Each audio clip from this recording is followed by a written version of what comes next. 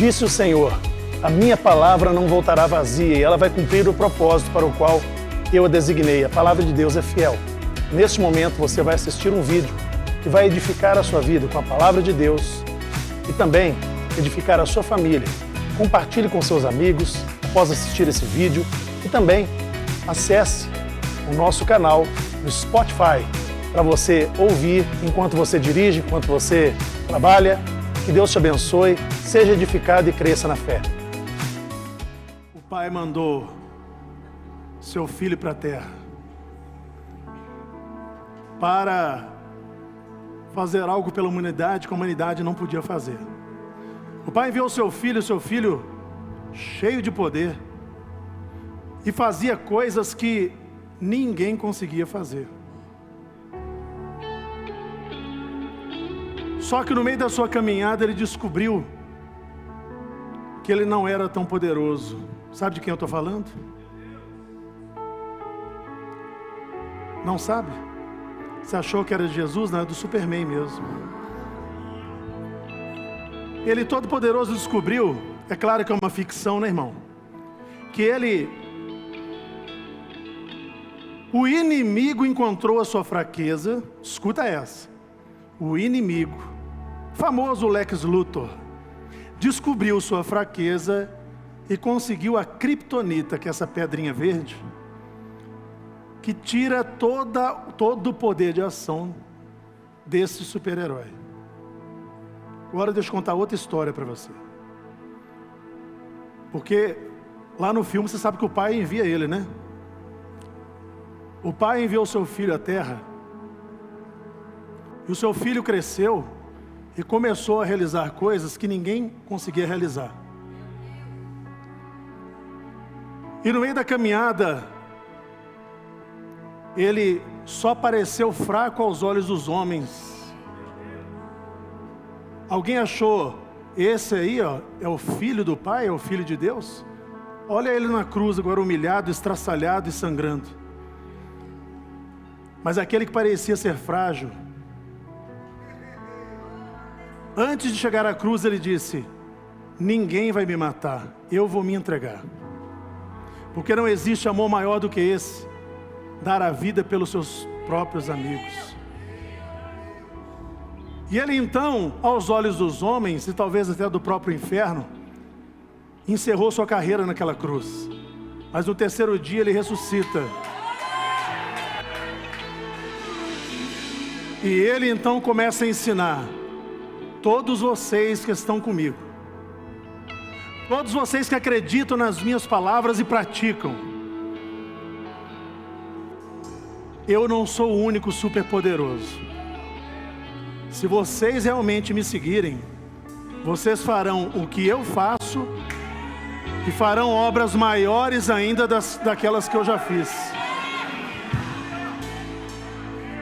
Mas ele avisou: eu não fui afetado por nenhuma kryptonita, nada pôde impedir o propósito do Pai na minha vida.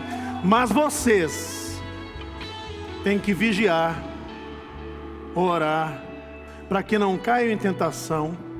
Vigiar e orar, porque a kryptonita pode tirar todo o poder de vocês. É claro que Jesus não falou isso, foram com outras palavras e outros ensinamentos. Mas hoje eu quero falar, identificar a kryptonita que tira a força do cristão. A igreja primitiva, deixa eu falar sobre ela. Começaram a escrever sobre ela na década de 30 depois de Cristo. E a igreja primitiva era uma igreja cheia do Espírito Santo, onde não apenas os líderes, mas os membros exerciam o sacerdócio de todos os santos, que é o que nós exercemos hoje. Um sacerdócio onde todos eles oravam e demônios eram expulsos, os enfermos eram curados. A cada dia ia se acrescentando mais e mais pessoas que, ao confessarem Cristo como Senhor e Salvador, desciam as águas do batismo e saíam cheios de autoridade. E eles eram conhecidos como aqueles que viravam a cidade de cabeça para baixo. Chegou aquele pessoal que vira a cidade de cabeça para baixo. Eles eram chamados de os do caminho. Fala comigo, os do caminho. Não eram chamados de cristãos. Jesus se apresentou como o caminho, e eles eram conhecidos aqueles que seguiam Jesus, os do caminho. Qual caminho? O caminho que Jesus ensinou. E eles andavam tão bem no caminho, que a igreja era poderosa. Eles realizavam coisas que nenhum ser humano comum pode realizar. Porque o ser humano comum, ele tem terra, água e ar. Mas o ser humano que tem o Espírito Santo tem terra, água, ar e fogo. E essa igreja seguia poderosa, perseguida, mas não estava abalada, nada podia parar essa igreja. E aí, depois do ano 50 depois de Cristo, vem o apóstolo São Paulo, e ele escreve uma carta para uma igreja de uma cidade chamada Corinto. Lá na sua Bíblia tem a primeira carta de Paulo aos Coríntios e a segunda carta de Paulo aos Coríntios, que residiam na cidade de Corinto. Só que a igreja de Corinto era uma igreja fraca, aonde estavam tendo brigas, divisões, porfias, calúnias, fofocas, crente processando crente na mesma igreja. Foi lá que Paulo escreveu para eles na Santa Ceia: vocês estão tomando a ceia de forma indigna. Eles chegavam lá sem marcar o horário, um chegava e pegava o pão, o outro chegava e não tinha mais pão. Os outros bebiam vinho, quando alguém ia lá para tomar o vinho da ceia, os outros tinham uns bêbados e não tinha para quem chegou depois. Ele falou: vocês não sabem discernir o corpo.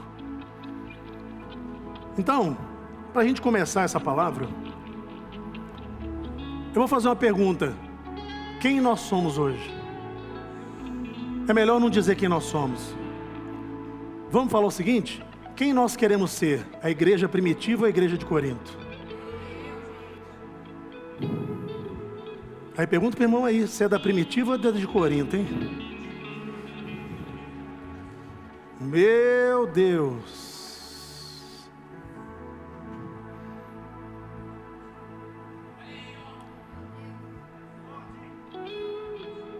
Como é, pastor, que eu posso ser forte e nenhuma criptonita espiritual acabar com planos de Deus na minha vida, projetos de Deus na minha vida? Como que eu posso prosseguir? Como que eu posso crescer? Como é que eu posso melhorar? Bom, a primeira coisa, a Bíblia diz lá em Daniel 11:32, olha só, vamos ver a parte B do versículo. Começa por aqui, fala assim comigo: mas o povo que conhece ao seu Deus se tornará. Não é só forte e parado, não, é forte e ativo. Vai gastar energia, porque está forte. Vai ser influência, vai fazer a diferença onde pisar. Vai ser alguém que, quando você, em nome de Jesus, se prepare, porque você será uma pessoa a cada dia mais cheia do Espírito Santo. E nos locais que você entrar, você será notado, você será notada. Algo vai atrair os olhares das pessoas e você será influência. Você será influência para que as pessoas sintam que existe uma esperança, existe algo maior, um propósito maior para viver. E aí, olha o que Paulo fala aos Coríntios, quando ele fala assim: quem tomar a ceia de forma indigna será réu do corpo e do sangue de Cristo. Aí alguém que está aqui na igreja pensa assim: eu não posso tomar ceia porque eu sou indigno. Paulo não está falando disso, porque todo mundo que toma ceia era pecador, reconhece que é pecador, porque quem não... o primeiro passo para ser santo é reconhecer que não presta. Falou que presta, que é santo, quem fala que é, não é. Quem é não diz nada, quem não é vive dizendo. Pessoa quer falar demais é porque não é aquilo que ela fala. Tem uma frase que diz assim: eu não ouço aquilo que você diz, porque aquilo que você é fala mais alto. Então aquilo que você é sempre vai falar mais alto que as suas palavras. Paulo diz, primeira carta de Paulo aos Coríntios, capítulo 11, versículo 28 ao 30. Presta atenção no que ele diz para a igreja, aquela igreja problemática. Examine-se, pois, o homem a si mesmo. Ele quis dizer assim: pare de examinar a vida dos outros. Pare de fiscalizar a vida dos irmãos da igreja. Pare de ser a fonte da fofoca da última novidade da sua igreja. Começa a se examinar, que você vai ver que você não é tão melhor do que eles. E assim, quando se examinar e reconhecer que é pecador e que não pode ser juiz dentro da igreja nem em lugar nenhum, coma do pão, beba do cálice. Pois quem come e bebe sem o quê? Quem come e bebe a ceia sem entender o poder da comunhão, o poder da palavra e o sentido da ceia, vai comer e beber para juízo. Aí no versículo 30 é o que ele diz: eis a razão, porque há entre vós muitos o quê? E ele está dizendo, essa é a razão que essa igreja de Corinto está fraca. Tem muito entre vocês que estão fracos, estão doentes, outros já morreram. Não está falando de quem cochila no culto, não. Está falando de quem já morreu. Essa é a razão. Olha só, eis a razão. Porque vocês não buscaram conhecer o seu Deus. Porque o povo que conhece o seu Deus será forte e fará proezas. Vocês estão frequentando uma igreja, mas não têm interesse em conhecer o dono dela. Buscam bênção sem considerar o abençoador. E ele prometeu que quem obedecer, quem o quê? Não busca bênção, a bênção vem atrás dele. De vez em quando, irmão, é tanta bênção que chega e fala assim, eu falo para uma bênção assim, ô filho, espera um pouquinho que eu já estou com outra bênção aqui, calma, uma bênção de cada vez. Eu profetizo isso sobre a sua vida.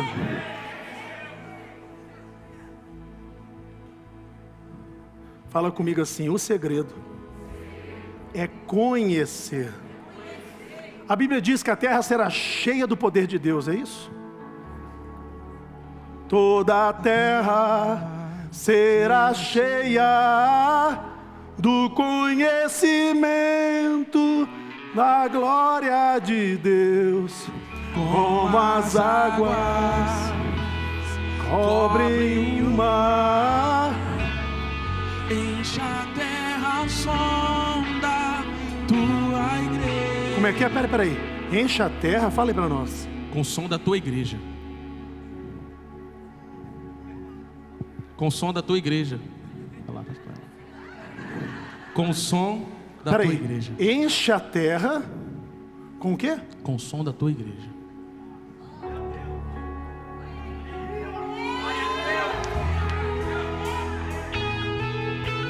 Qual é o som de você, igreja, que o mundo está ouvindo? Até onde está indo a sua influência? A criptonita impede a nossa influência. As criptonitas espirituais, elas nos impedem de conhecer a Deus e viver o melhor de Deus para a nossa vida. Irmãos, quem é forte? Quem prevalecerá? Aquele que busca conhecer o Senhor. Porque a terra se encherá do conhecimento da sua glória. Por que não será cheia da glória? Porque você só conhece uma coisa, você só pode ver uma coisa e reconhecer essa coisa se você conhecer. Então, antes de ter a glória, você tem que conhecer a Deus e conhecer a sua glória. Conhecimento da glória. E Jesus alertou: vocês estão errando, não conhecendo as Escrituras e o poder de Deus. Se Ele falou que é um erro, por que nós permanecemos nesse erro? Por que tem gente que só lê versículo quando é projetado no telão uma vez na semana? Jesus está dizendo com todo carinho, preocupado com você, querendo que você seja como Ele, não afetado pelas criptonitas por aí, palavras de criptonita espiritual. Ele está falando: ei, o erro é que você não quer conhecer. Conheça que você vai conhecer o poder de Deus, a manifestação da glória dEle, e você nunca mais será a mesma, nunca mais será o mesmo. E aí, você vai perceber. Primeiro, vamos aqui para a nossa época. A igreja é a noiva, Jesus é o? E a igreja é a? Lá no Antigo Testamento, Deus se apresenta muitas vezes como um marido e Israel como a esposa. E aí nós vamos conhecer algumas coisas agora que nós temos que estudar. Isaías 54, versículo 5, olha aqui que o profeta Isaías diz no Antigo Testamento: porque o teu Criador é o teu marido. O Senhor dos Exércitos é o seu nome, e o Santo de Israel é o teu Redentor. Ele é chamado Deus de toda a terra. Está dizendo para Israel: Israel, não procura amante por aí não, porque o teu marido é o seu Deus.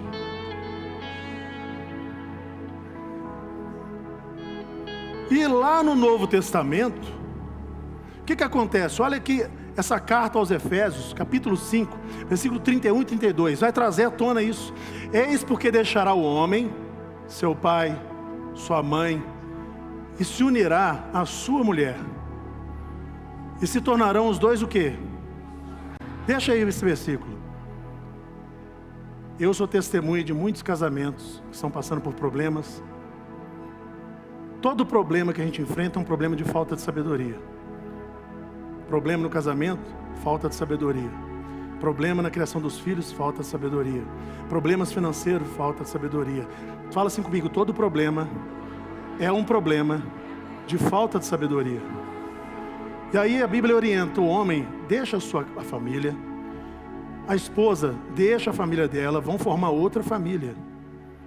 E aí nós vemos muitos casamentos reféns, todo criptonizado, porque o marido não cortou o cordão umbilical, está debaixo ainda de influência da mãe, das irmãs, do pai.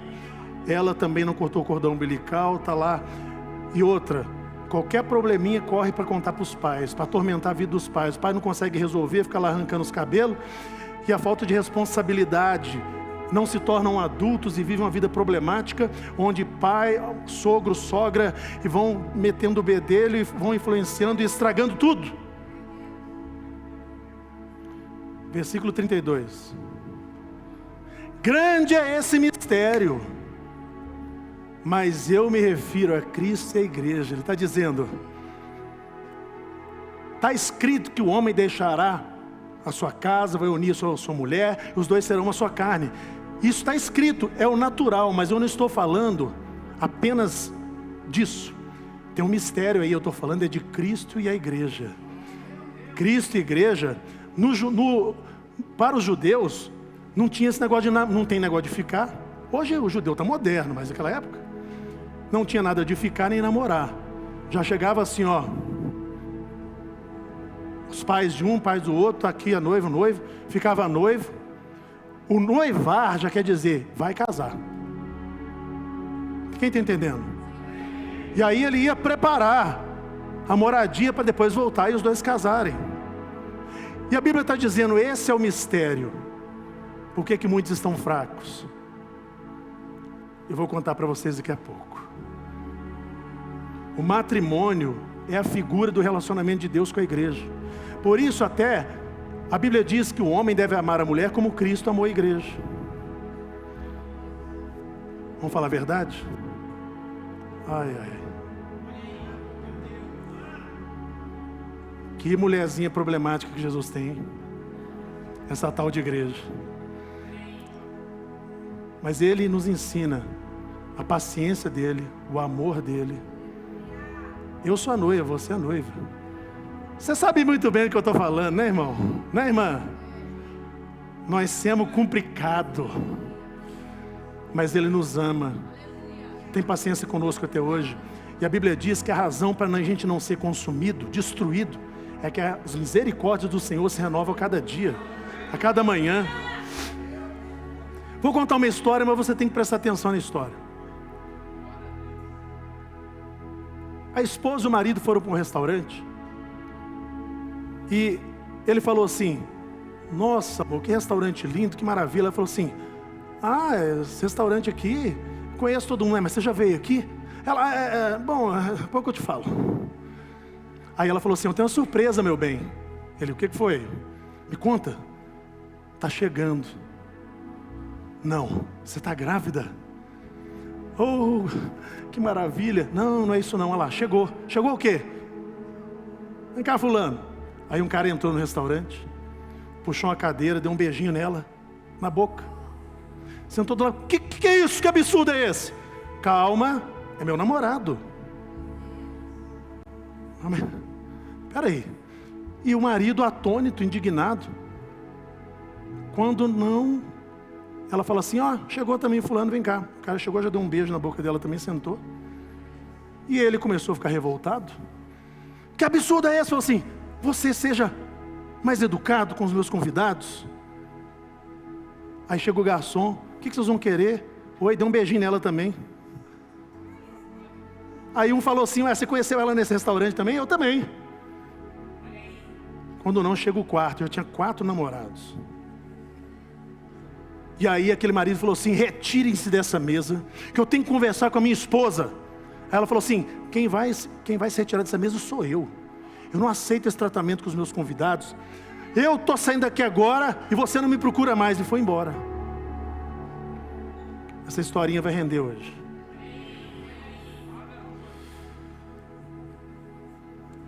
Eu vou fazer uma pergunta aqui. Quem crê que Jesus voltará? Mas por que Jesus tem que voltar para buscar uma noiva desse jeito aqui? Ai, ai, ai. Como assim, pastor? Uma noiva com vários amantes, coração dividido, lealdade dividida.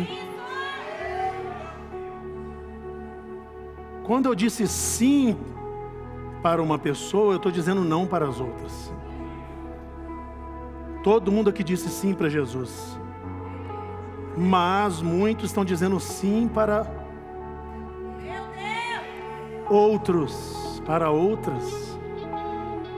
Irmão, deixa eu falar uma coisa para você. Hoje de manhã, o clima pesou tanto quando eu preguei isso aqui, que tem umas 3 pessoas que levantaram no meio da pregação e foram embora. Se o diabo te cutucar para você ir embora, não vai não, fica até o fim. Já mandei desligar o choque da cadeira. Eu sei que não vai ter muito glória a Deus agora, que o bicho vai pegar. Então, já mandei desliga o choque da cadeira aí. Ninguém vai levar choque hoje não.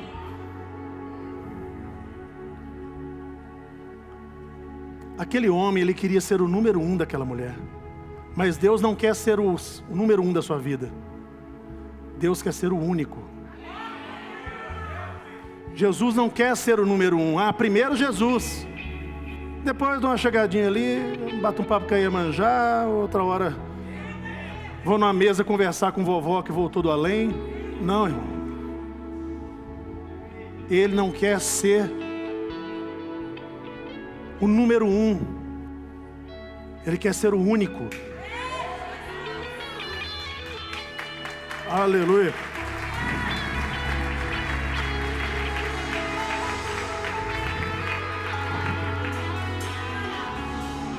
Nós vamos ler um texto agora, onde Deus fala assim, olha quem eu sou e olha de onde eu te tirei. Por ser quem eu sou e te tirar de onde eu tirei e para onde eu vou te levar, escuta a minha exigência. Está lá no Êxodo, os 10 mandamentos, Êxodo 20, versículo 2 até o 6, presta atenção. Quem eu sou? Eu sou o Senhor, o teu Deus. Eu te tirei da escravidão do Egito, da servidão, da vergonha, da miséria. Não terás outros deuses diante de mim. Não farás para ti imagem de escultura, nem parecido com alguma coisa que tem no céu, nem na terra, nem nas águas. Joga fora a imagem de Iemanjá. Não as adorarás, nem lhes darás culto, porque eu sou o Senhor teu Deus, eu sou o Deus zeloso. Eu visito a iniquidade dos pais dos filhos, até a 3ª e 4ª geração daqueles que me aborrecem. Mas faço misericórdia até 1000 gerações daqueles que me amam e guardam, e guardam os meus mandamentos, procuram conhecer o meu poder, a minha palavra, a minha vontade. Fala comigo, adultério é ter a lealdade dividida. Deus de aliança, Deus de promessas, Deus que não é homem pra mentir. Tudo pode passar, tudo pode mudar, mas com a palavra vai se cumprir. Repete comigo, toda aliança requer, exige exclusividade. Vocês são um povo santo, geração eleita, sacerdócio real, povo de propriedade exclusiva de Deus.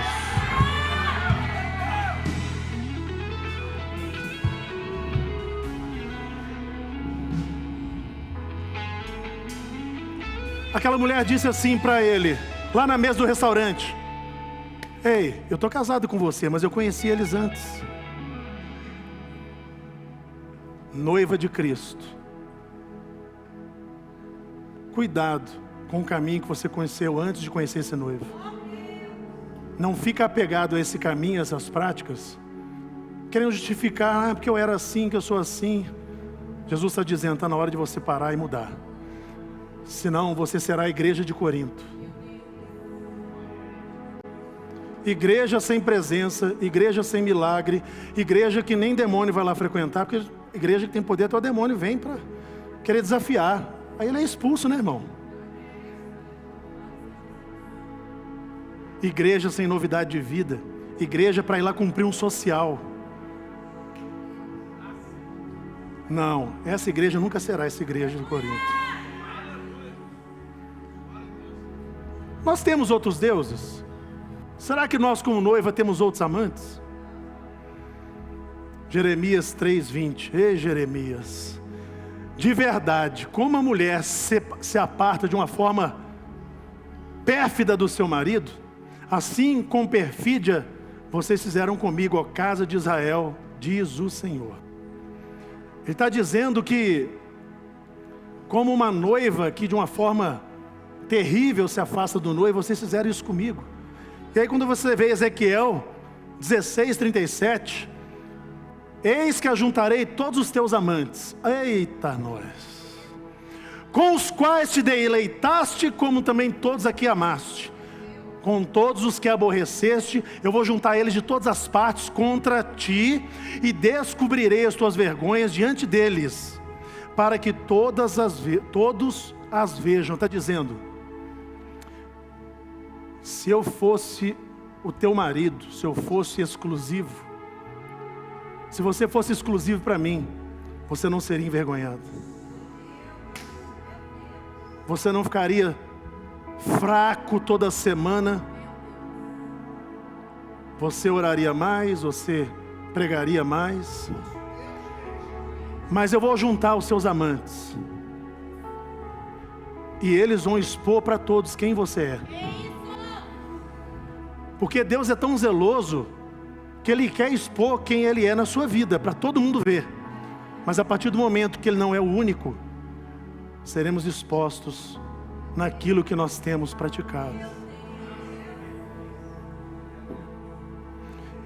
Israel, presta atenção, olha só o círculo vicioso e o ciclo de Israel. Eles ficavam crente, e assim adorava a Deus, sacrificava no altar, e glória, a nação ficava protegida, nenhum inimigo invadia, eles ouviam a palavra do profeta, obedeciam, mas eles não deixavam Deus de lado, eles só pararam de adorar apenas a Deus e começaram a adorar outros deuses, porque o vizinho aqui adora Astarote, que é o Deus da multiplicação. Vamos lá, Senhor, pois eu volto no templo, eu só vou ali adorar Astarote. Vamos ali adorar Azera, Baal, Mamon, o Deus das riquezas. Eles começaram a adorar outros deuses, pensando que ia ficar barato. E aí Deus falou assim, eu disse para vocês que eu sou o seu marido, nação de Israel. Eu exijo exclusividade. Não adianta vir aqui me dar um beijinho, me enganar e estar beijando outros por aí. Eu tiro a minha mão de vocês. Toda vez que eles caíam na idolatria, no adultério espiritual, Deus tirava a mão e os inimigos ao redor vinham lá e conquistavam eles. Tanto você vê que Nabucodonosor leva eles para a Babilônia, os assírios pegaram, cada nação vinha, e é lá na humilhação, na vergonha, na pior comida, pior roupa, pior moradia, humilhados, distantes da sua terra, eles voltavam a orar. Eles voltavam para a exclusividade, eles voltavam para a adoração, até que Deus então libertava esse povo. E aí eles voltavam crente pra caramba, super crente, sem criptonita. Só que daí depois de um tempo eles começavam a adorar outros deuses. Você conhece algum crente que o gráfico da vida dele como crente nunca foi assim? É sempre assim, ó.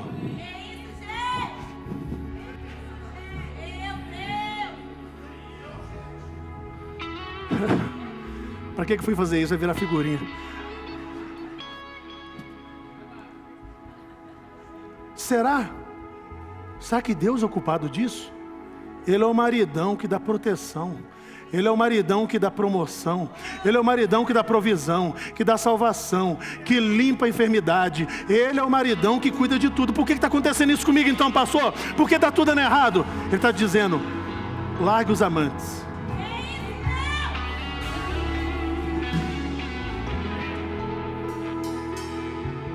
Quem aqui está orando e pedindo algo para Deus? Todo mundo, né? Essa é a verdade. Mas o irmão de Jesus, chamado Tiago, dá uma orientação. Olha o que ele revela para nós. Tiago 4, do versículo 2 ao 6. Coloca aí Tiago. Vocês estão cobiçando, mas não tem nada. Vocês matam, invejam, mas nada conseguem obter. Vivem a lutar e fazer guerras. Ei, tem gente que gosta de uma guerra, né? Quando está tudo em paz, ele procura uma. Nada tem porque não pedem. Pedem e não recebem porque pede mal. Pede como? Para esbanjarem em vossos prazeres. Infiéis, vocês não compreendem que a amizade do mundo é inimiga de Deus? Aquele, pois, que quiser ser amigo do mundo, constitui-se inimigo de Deus. Deixa eu deixar bem claro para vocês. Deus não está proibindo você de ter amizade com pessoas que não são crentes. Nada disso. Você tem que mensurar até onde essa amizade deve continuar. O que está dizendo é o seguinte: o crente que está na presença de Deus, mas ele é apaixonado com o sistema do mundo. Qual é o sistema? Estou pecando, mas não estou nem aí. Estou roubando, mas não estou nem aí. Estou enganando e mentindo, mas não estou nem aí. Diante de Deus as nossas máscaras caem, mas o mundo tem as suas máscaras. Quando eu amo o sistema do mundo, eu rejeito a palavra e o sistema do reino de Deus. E aí ele está dizendo, noiva infiel, se você amar o sistema do mundo e tudo aquilo que ele prega, você vai se constituir inimigo de Deus.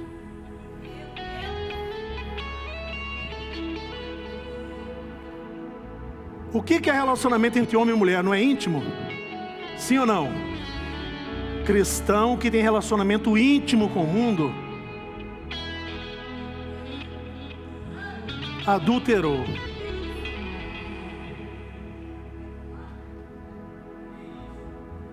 Não, me responde uma coisa. Tem coisa mais idiota da nossa parte do que ter inimizade com Deus? Já pensou quantas vezes nós escolhemos ser inimigos de Deus por querer ser mais amigo das coisas do mundo do que de Deus? Tem coisa mais idiota, gente, do que a gente ser inimigo de Deus.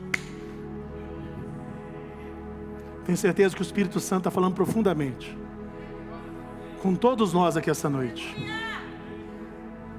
E aí aquela esposa saiu da mesa. Ei, saiu da mesa. Quem vai sair dessa mesa sou eu. Você não vai tratar mal aqui meus namorados? Fica falando verdade na minha cara. E quem é você para falar verdade? Ela abandonou o barco, cheia de razão.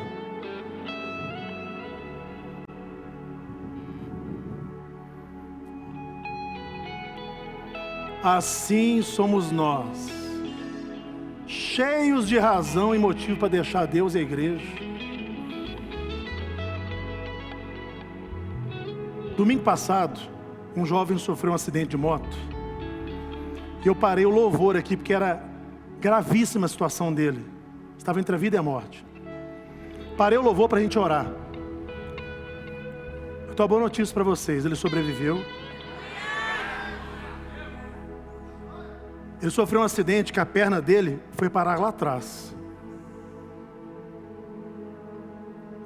E ontem ele teve que amputar metade da perna. Mas está vivo.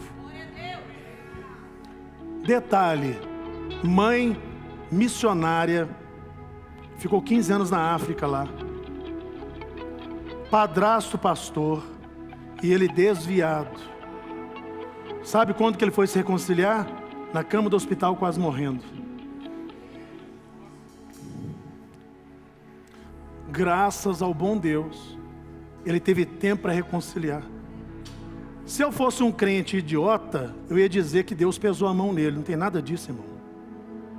Deus não pesou. Na independência que ele preferiu viver, era para ele ter morrido. Deus livrou ele da morte. Deus não pesou a mão, ele pegou a mão para ele não morrer, para salvar esse rapaz, para ele ter uma segunda chance.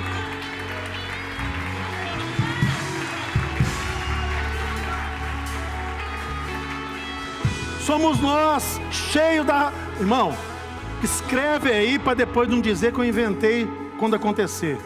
Todo mundo que quer abandonar o barco vai achar uma desculpa. Todo mundo que quer abandonar a igreja, ela vai achar razões. Porque Judas teve o melhor pastor, ninguém teve um pastor como ele. O que Jesus pregou para Pedro, pregou para Judas também. O que Jesus pregou para os outros discípulos, pregou para ele também. Foi a mesma pregação, a mesma igreja, a mesma visão. Mas ele preferiu abandonar o barco cheio de razão e ainda ganhar uma graninha para fazer o que fez. Já pensou você trocar o dono do ouro e da prata por algumas moedas de prata?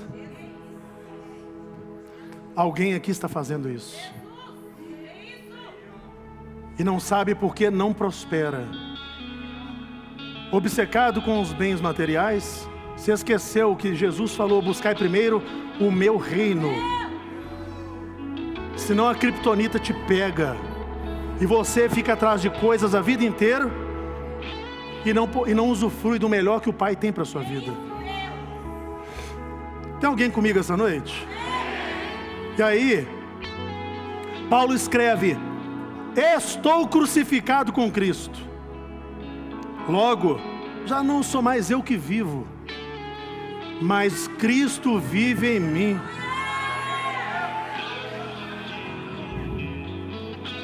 Deixa eu dizer algo para você. Se você quer que Cristo viva em você, começa com ousadia agora. Você vai orar pelos enfermos, você vai expulsar demônios, você vai entrar com autoridade, você vai mudar situações na sua casa, no seu trabalho. As perseguições podem acontecer, mas todos que se levantarem vão tropeçar e cair.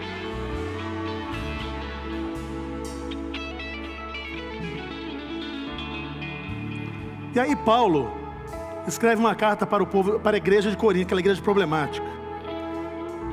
Primeira carta de Paulo aos Coríntios, capítulo 12, versículo 21. Olha só o temor de Paulo, o amor dele com a igreja. Olha, eu estou com medo, eu estou temeroso, porque quando eu ir ter com vocês, não encontre vocês da forma como eu quero, e que também vocês me acham diferente do que esperavam, e que haja entre vós contendas, invejas, iras, porfias, detrações, intrigas, orgulho e tumultos. Olha o naipe dessa igreja, irmão. Receio que, indo outra vez, o meu Deus me humilhe no meio de vós, e eu venha chorar por muitos que outrora pecaram e não se arrependeram da impureza, prostituição, lascívia que cometeram. Ele está dizendo de um povo que tinha tudo para ser crente, roupa de crente, frequentava a igreja, mas não mudaram por dentro. Porque a lei te muda de fora para dentro, ela te obriga a seguir, mas o reino de Deus te muda de dentro para fora. A mudança começa dentro. Toda igreja tem alguém que vem visitar que não é crente, tem alguns curiosos, mas a maioria das pessoas é crente. Só que a igreja é formada por dois tipos de crente. Fala comigo: crentes fiéis crentes infiéis. Pergunta para o seu irmão, qual classe que você está?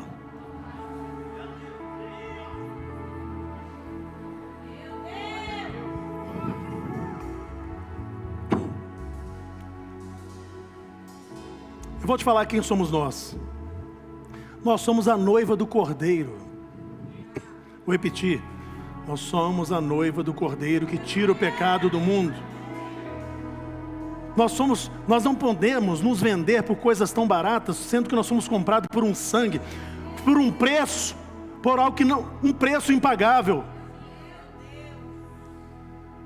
Toda vez que nós traímos o noivo, estamos rejeitando todo o sacrifício da cruz, tudo que Ele fez por nós. E aí, irmão, fica tranquilo, tem jeito de resolver, tem jeito de melhorar, porque começando aqui por mim, terminando lá atrás, todo mundo aqui já cometeu esses erros. Por isso eu estou aqui para orientar, por isso a palavra de Deus está aqui para nos orientar. Por quê?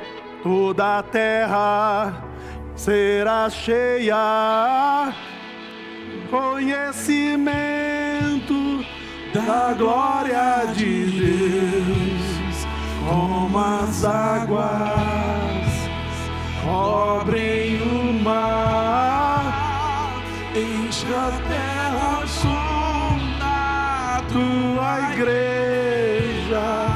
Pai, enche a terra ao som da igreja primitiva, da igreja que guarda a fé, da igreja que tem os dons do Espírito Santo, da igreja que reconhece que precisa do noivo do Salvador, que está sempre em constante arrependimento, mudança e crescimento.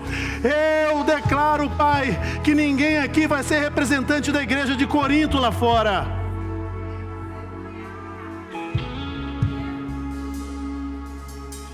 Então, rapidamente, identificando, nós vamos identificar esse mês algumas criptonitas. Eu quero identificar aqui a primeira: adultério espiritual. O adultério espiritual é a idolatria. Pastor, eu não me ajoelho perante imagem nenhuma. Calma, que às vezes a idolatria do crente é pior do que o dos outros. Porque o crente às vezes se olha no espelho e vê no espelho a imagem do santo. Começa a se achar, apontar o dedo, julgar. Como os fariseus, ele coloca um peso nas costas das pessoas que ele mesmo não consegue carregar. Não entra no reino e impede os outros de entrar. Sepulcros caiados, lindos por fora, com toda imundícia, morte e podridão por dentro. Jesus bem falou deles e disse: você não vai conhecer o crente pela roupa, nem pela maquiagem ou falta dela, nem se pinta ou não pinta o cabelo. Você não vai conhecer o crente se ele tem ou não tem tatuagem. Você não vai conhecer o crente se ele fala versículo decorado ou não. Vocês conhecerão eles pelos seus frutos. É claro que uma vestimenta decente é fruto de quem está mudando. Mas frutos, ganhar almas, pregar,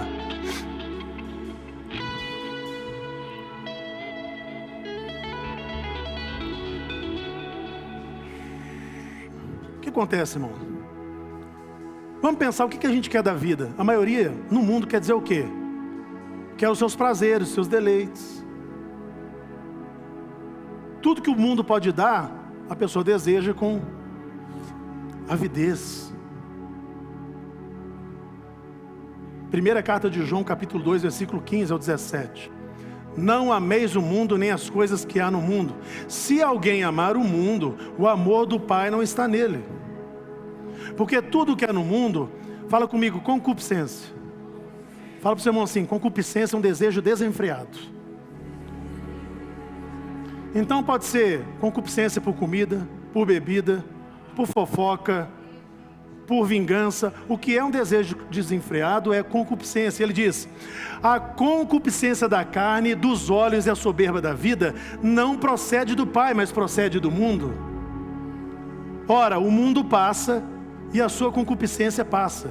Mas aquele que faz a vontade de Deus permanece eternamente. Permanece eternamente.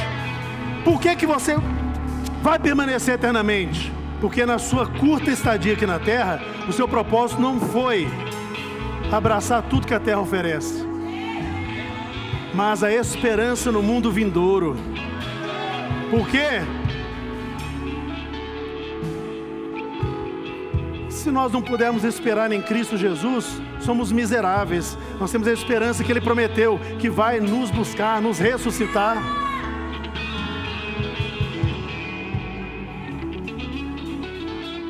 Então é isso, concupiscência. Meu carro, minha casa, minhas coisas, meu dinheiro. Arrogância, soberba da vida. Busca extrema de satisfação pessoal. Ei, eu estou identificando aqui, para que você saiba, aquilo que o Espírito Santo falar com você, eu não estou jogando indireta para ninguém, eu estou falando direta para todos nós. Aquilo que o Espírito Santo mostrar para você, é a criptonita que está impedindo você de fazer, de acontecer, de prosseguir, de realizar, está te travando. Criptonita é a idolatria do próprio eu, um ego inflado. O que as pessoas dizem quando vão receber às vezes algum conselho? Não, eu sei o que é melhor para mim. Deus falou, a terra está aí para vocês, dominem. Tem 1 milhão de tipos de frutas aí, ó. Mas só essa fruta aqui vocês não comem. Mas Adão e Eva não, eu quero fazer a minha vontade. A vontade de Deus é essa? Mas eu quero fazer a minha vontade. Eis aí. Essa é uma criptonitaça, viu, irmão? Não, é do meu jeito. Eu faço, eu resolvo, é do meu jeito. Ninguém me manda, ninguém me orienta.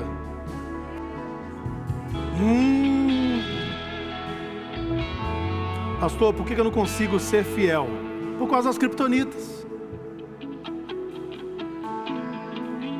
Anda por vista e não anda por visão. Quem anda por vista considera o que é natural. Quem anda por visão o que é sobrenatural.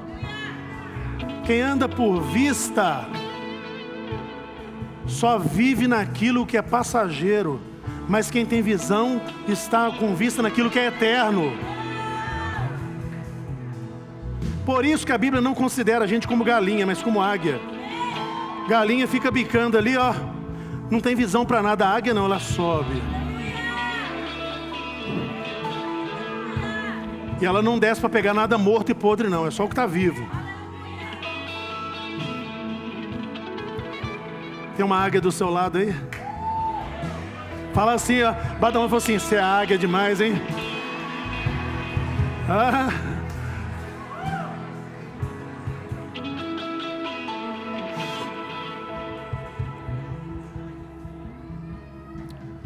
Estou levantando essa mesa que você é um grande estraga prazer. Não me deixa ter minha vida aqui com os meus namorados. Ei, cuidado. Todas as vezes que o pastor ou a palavra de Deus são um grande estraga prazer na sua vida,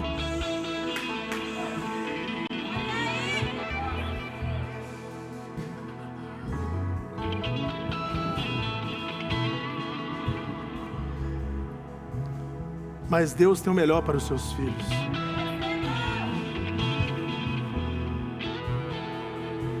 Olha, dinheiro e riqueza pode fazer feliz sim. Até a bolsa quebrar, o dinheiro acabar, a crise se instalar. Dinheiro é beleza, você compra o que quer, vai para onde quer, conhece lugares que não podia conhecer. Mas se a sua felicidade e a sua vida está calcada no bem material, se acabar, acontece o que acontece com muitos: suicídio, depressão. Interessante, eu já vi tanta gente entrar em depressão por causa de falência, mas eu não vi ninguém dizendo eu estou com depressão porque o meu relacionamento com Deus faliu. É sempre aqui, ó.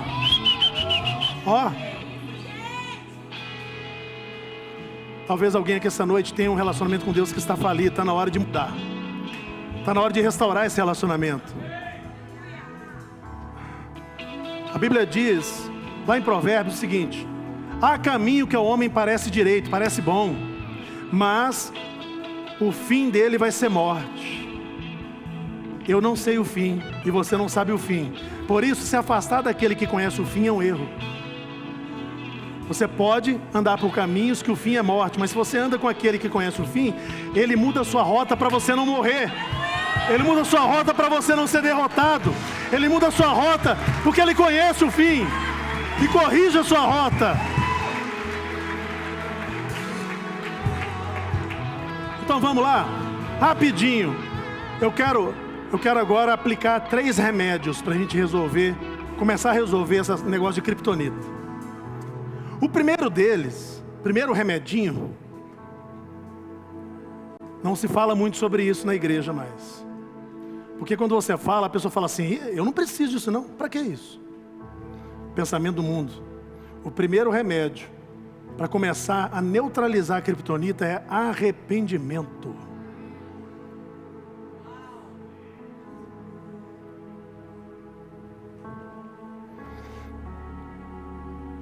Romanos 1:21, olha o que diz: porquanto tendo conhecimento de Deus, não o glorificaram como Deus, nem lhe deram graças. Olha só, não reconheceram Deus como Deus, não foram gratos, antes se tornaram nulos em seus próprios raciocínios. Ei, irmão, raciocínios,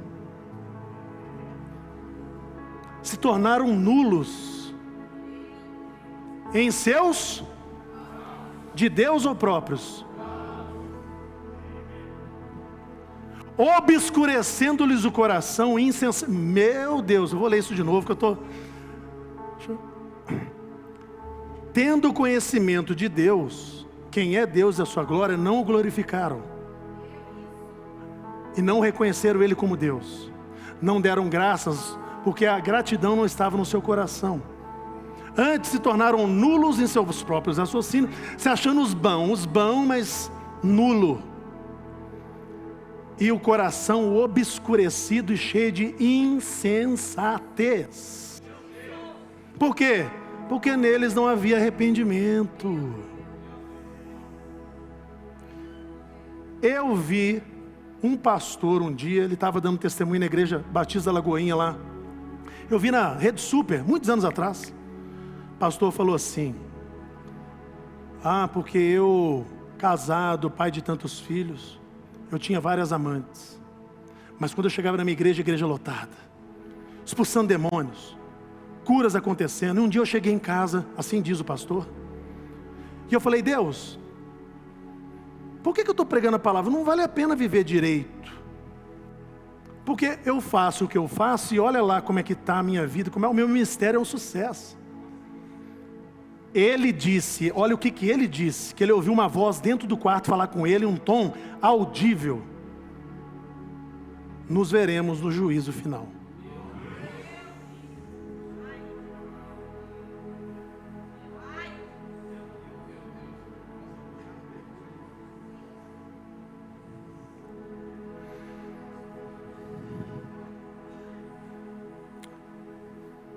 Nessa semana nós vimos imagens de traficantes com armas israelenses, russas, de toda a parte do mundo, as mais sofisticadas, mais poderosas, de lá de cima dizendo: vamos acabar com o BOP lá embaixo, vamos acabar com a polícia lá embaixo, vamos matar todo mundo, e metralhando, fazendo festa. Mas o BOP subiu e aconteceu o que aconteceu. Você viu lá quantos mortos. Mas espera aí, eles não tinham armas poderosas? Não tinham armas que ninguém tem, até mais poderosas que a própria polícia? Tinham. Só que a polícia tem estratégia. Eles têm a melhor arma, mas sem estratégia nenhuma. Ou a estratégia equivocada. Você tem a arma mais poderosa de todo o universo. Mas o que adianta ter a arma se não tem estratégia? O que adianta ter a arma se não sabe usar? O que adianta ter a arma se ela só serve quando está no perrengue? O que adianta ter a arma se você ignora ela cada dia? O que adianta ter a arma? É a mais poderosa a palavra do Criador dos céus e da terra. estratégia. Por isso, muitos não estão vencendo. Tem a arma, mas não quer aprender a usar. Aquele que te deu a arma te dá estratégia. Aquele que te dá a arma te dá vida. Aquele que te dá a arma te dá autoridade contra todo o inferno. Então por quê que você está fraco?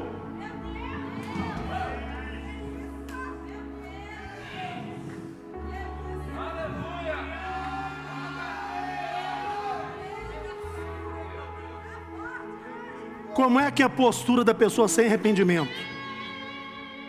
Eu escolho o que é bom para mim e o caminho que é melhor para mim. Como que é a postura daquele que tem arrependimento? Eu escolho o caminho que Deus diz que é bom, que Deus mostrou que é o certo para mim. Fala comigo, segundo remédio: a adoração. O primeiro é qual? Arrependei-vos, era a mensagem inicial de Jesus, de João Batista, depois Jesus. A primeira pregação dele foi: arrependei-vos, pois é chegado o reino dos céus. Para sair dessa criptonita, dessa vida miserável, tem que arrepender. Arrepender é o quê? Mudar a mentalidade. Arrepender não é chorar pelos cantos, desculpa o que eu fiz, Senhor, não é. Mudar a prática, mudar a mentalidade. Metanoia no grego, mudança de mentalidade.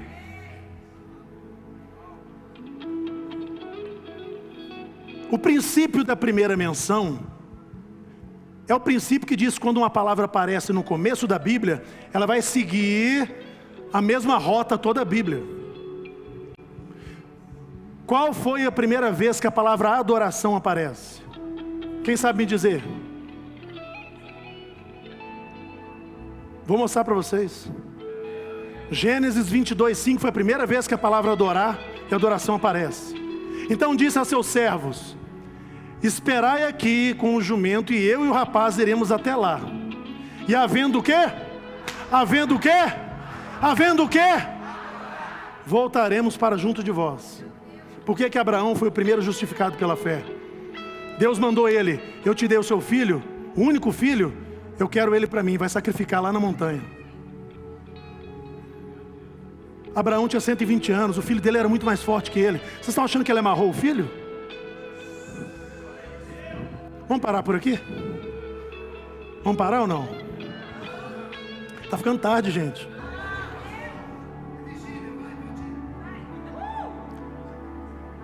Abraão sai com seus servos, o jumentinho, carregando a carga, o filho, e fala assim: agora fica aqui, que eu estou indo com meu filho adorar, e nós vamos voltar. Mas peraí, ele não tinha que matar o filho lá?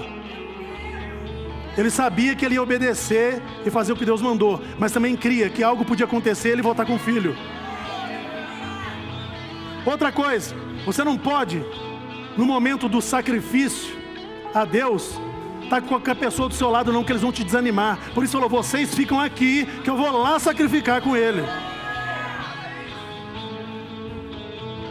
E tendo adorado, voltaremos. A palavra adoração, na primeira vez que aparece na Bíblia, não tem sentido de cantar, não tem sentido de bater palma, não tem sentido de dançar, não tem sentido de instrumento. A primeira vez que ela aparece, e vai ser assim sempre para Deus, a palavra adoração é obedecer. Fiquem aqui.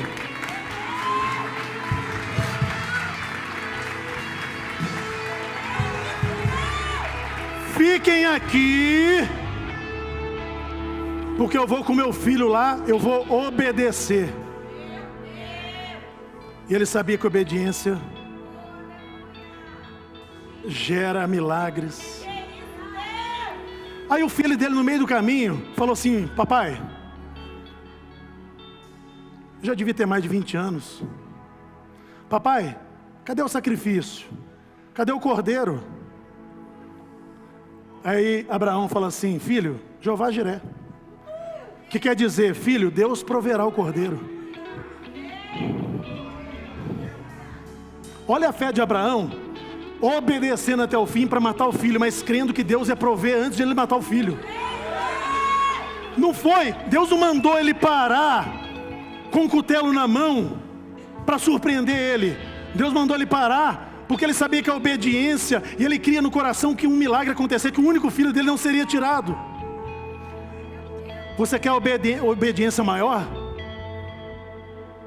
do que devolver para Deus aquilo que Ele te deu? Isaac foi em Deus que me deu, já que foi Ele que deu, eu posso devolver para Ele. Ah não vou falar isso não, porque você vai achar que eu estou exagerando.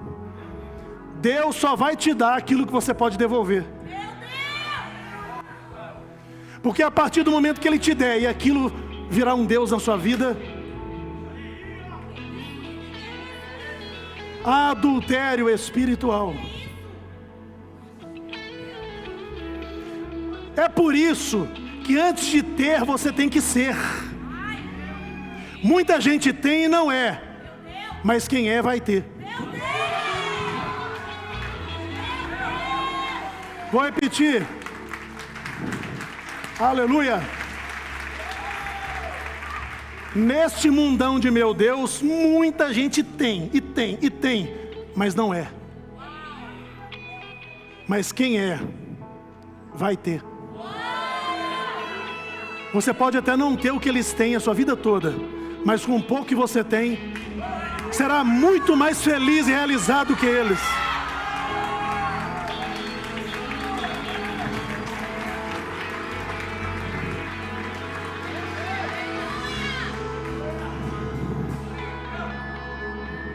Peraí, pastor, não estou entendendo, tem um mistério aí.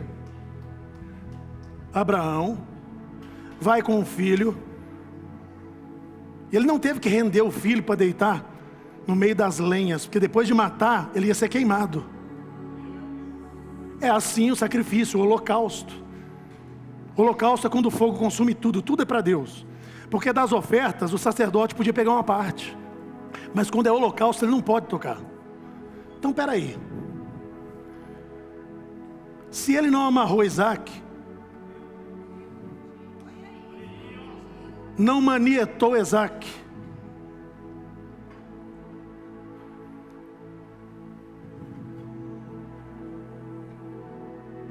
Isaac não foi entregue como oferta, ele mesmo se ofereceu como sacrifício. Quando você vem obedecer e adorar no altar, Deus não recebe o seu dízimo nem a sua oferta. Deus recebe o ofertante, Deus recebe o dizimista. Vou repetir. Quando você obedece no altar, Deus não está recebendo a sua oferta nem seu dízimo, esquece. Ele é apenas testemunha do ato. Ele recebe o ofertante, ele recebe o dizimista e não o dízimo. Porque o dízimo pode ser talvez de mentira, a oferta não veio do coração, mas ele sabe quem é aquele que obedece e vem ao altar. Ele recebe a obediência. A verdadeira adoração é a obediência. Por isso que não adianta, irmão, a criptonita está aí, canta, rola, pula na igreja, mas lá fora briga, xinga e blá, blá, blá, intriga. Estou terminando. Primeiro remédio é qual? O segundo é qual? O terceiro é dar graças, reconhecer a fonte, reconhecer de onde vem tudo. Qual foi a mão que te deu, que te levantou, que te protegeu, que te sustentou? Irmãos, a vida é estranha. Nós chegamos na terra sem nada e lutamos por tudo. E no final, deixamos tudo e partimos sem nada. Isso não está na Bíblia não, é um ditado que eu anotei aqui, mas vou fazer um porém aqui. Se Jesus não voltar e eu for para o caixão, não levo nada que eu comprei, mas eu vou deixar uma história marcada na vida das pessoas. O que eu deixar de bem material, a traça come, vai estragar, mas o que eu deixar no coração e na alma das pessoas, ninguém vai poder tirar. Essa é a sua missão. Qual é a história que você vai olhar para trás e deixar? O norte está lá. Qual é o seu sul? Qual é a sua história? Fala com o seu irmão. Qual é a tua história? Qual é a tua obra?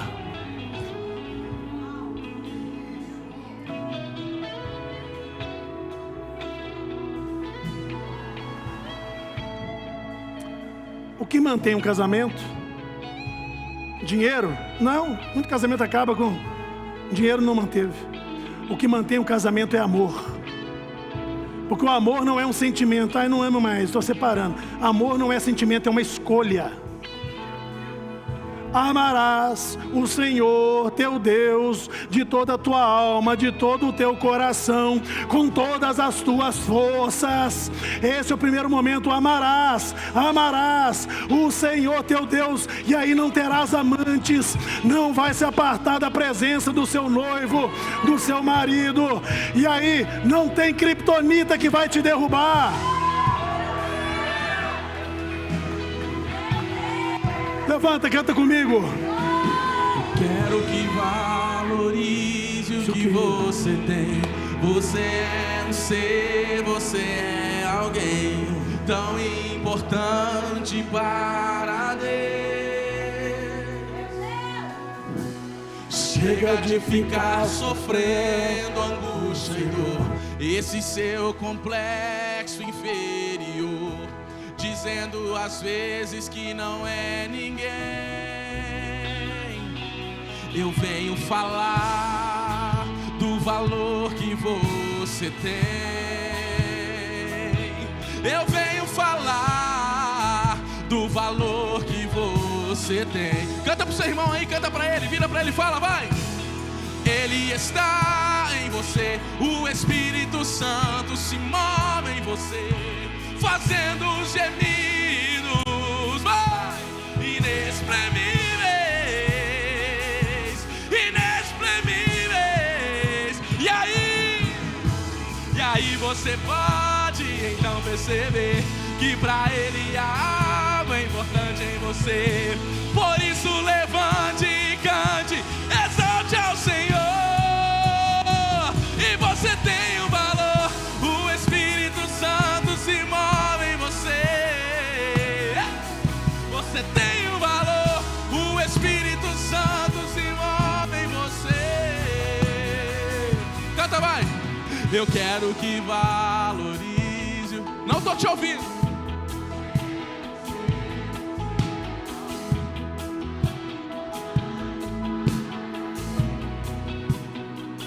Oi?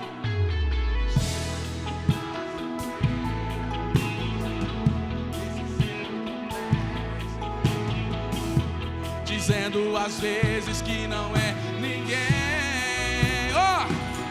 Eu venho falar do valor que você tem. Canta pro seu irmão aí, vai. Eu venho falar do valor que você tem. Canta pra ele te ouvir, vai. Ele está em você, o Espírito Santo se move em você, fazendo gemidos inexprimíveis, inexprimíveis. E aí você pode então perceber que pra Ele há algo importante em você. Por isso levante e cante, exalte ao Senhor. E você tem um valor, o Espírito Santo se move em você. E você tem um valor, o Espírito Santo se move em você. E você tem um valor, o Espírito Santo se move. A mão lá em cima assim, vai. E você tem. Ele está se movendo na sua casa e na sua família. O Espírito Santo se move em você. Aleluia.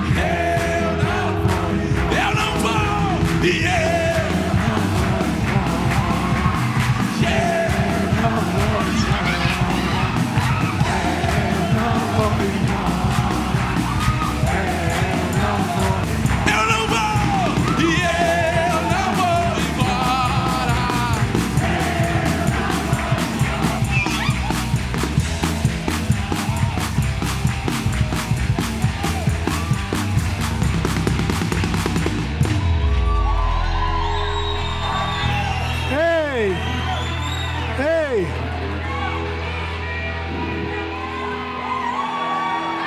Manifestação da alegria que Deus coloca em nós. Espero que você tenha gostado desse vídeo e Deus tenha falado profundamente com você. Mas muito melhor seria se você estivesse conosco aqui na Quadrangular São Joaquim.